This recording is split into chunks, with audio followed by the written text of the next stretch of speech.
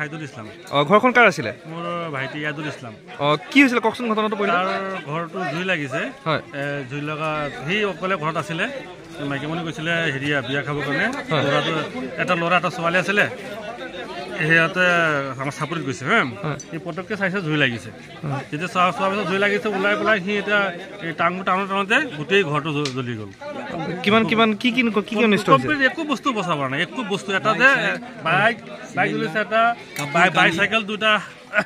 cylinder দুটা brush হৈছে পুৰা কাপোৰ কানি কোনো এটা বস্তু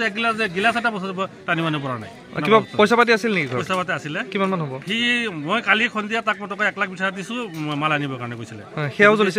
জ্বলিছে সি এতিয়া তাৰ পৰা আহি পেলাই এতিয়া কিমান টকা ঘৰত ৰাখিছে কি কৰিছে আৰু জ্বলা পইচাও এতিয়া আছে জ্বলা পইচাও আছে জ্বলা পইচা আপোনালোকে ভিডিঅ' কৰিব পাৰিব জ্বলা পইচাও আছে